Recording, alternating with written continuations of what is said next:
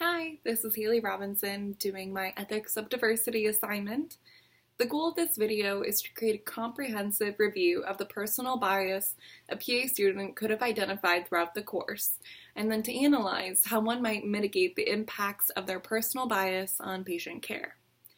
First, I would like to analyze the potential biases I have identified throughout this course. And really, there is a multitude of potential biases that we discussed in our group alone. The topics that we covered were race, sex, disability, and religion, and the amount of biases that we have witnessed during clinical rotations really surprised me. Our group discussed witnessing patients being treated differently who were obese or IV drug users, Jehovah's Witnesses. I personally witnessed this one dealing with patients with leukemia who needed blood transfusions to essentially survive during my oncology rotation, and they refused them. And the social services actually gave a nice in-service lecture to the nurses on how to navigate these situations and how to respect our patients' boundaries without judging them and bringing in preconceived notions to those encounters.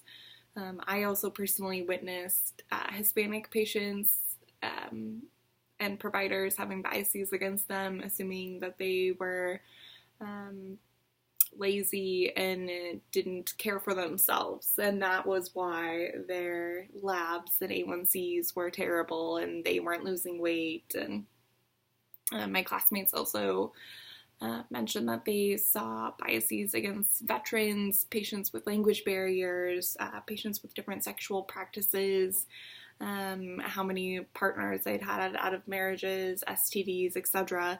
And even a provider who was such a strong Christian that they did not allow their patients to practice yoga, which just astounded me.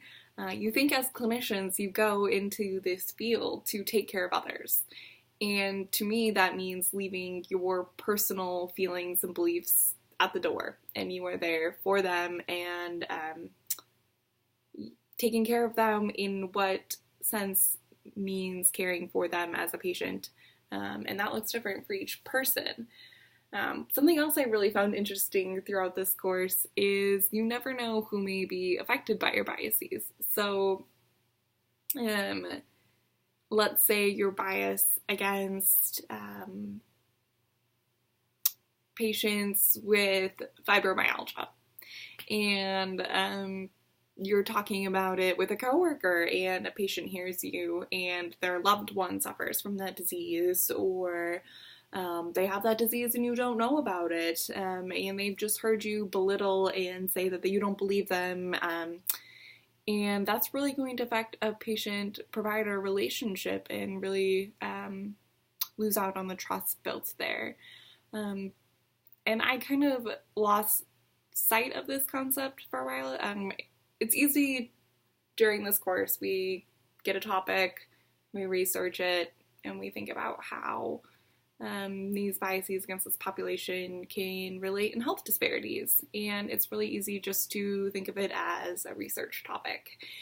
For example, during the race section, I researched Hispanic patients and the health disparities surrounding that population and what we can do to mitigate these disparities. And to me, I have grown up in a very white population, and where I grew up, there really wasn't a lot of Hispanic people around, and so I'm really unfamiliar, I feel like, with this culture, so I really wanted to research it. And one of my classmates responded saying, that he is from an immigrant family and that he has experienced this discrimination that I witnessed, and it really became real to me how biases can really affect people that we wouldn't initially have expected to be impacted. He doesn't necessarily appear like he's from an immigrant family. He does not have an accent and appears white. So you really never know who is going to be impacted and the extent that your biases can really affect people. Another example is someone was talking about the biases against dementia, and someone's dad had dementia in our group, or having someone was researching spinal cord injuries and healthcare disparities, and their cousin has had an injury that has resulted in paralysis that's really affected their family. And then how my classmates have seen positive experiences as well. Those who have rotated at Virginia Garcia can attest to the success of using culturally competent healthcare and speaking in the native language of the patient, and the healthcare success that they have with these patients, and the improvement in their comorbidities has just been astounding. So I think while we have had a lot of negative experiences witnessing these biases, but getting the chance to experience how providers mitigate them in the real life is really encouraging as well. Many hold these implicit biases, as we know. I was really surprised by the research when I was researching fibromyalgia for the disability section.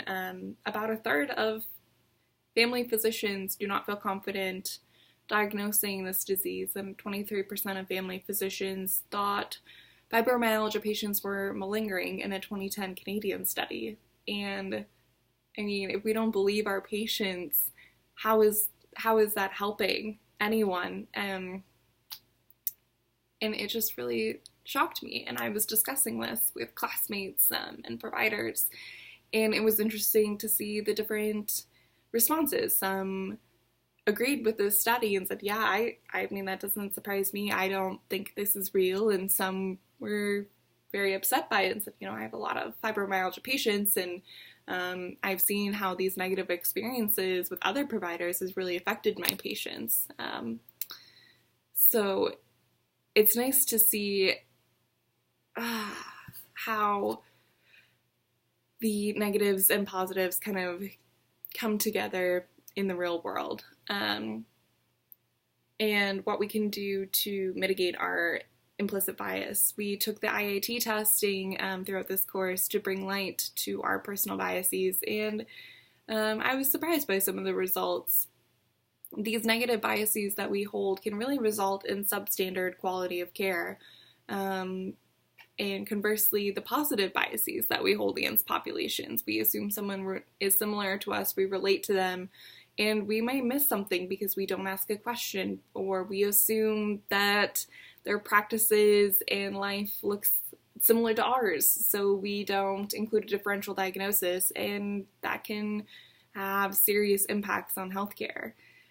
So overall, to reduce bias on patient care, I think we should always ask, never assume, and never hurts to just honestly ask a question to a patient, and be prepared for any response. We should always be trying to increase our education and be interested in the differences in our patients, and be honest when we don't know a lot about a certain population, and ask the patient to help us educate ourselves. And just keeping in mind the different health disparities that each population experiences, and what we can do as providers to help decrease these biases. Overall, this class really increased my awareness about implicit biases and the effects on healthcare in different populations. Thanks.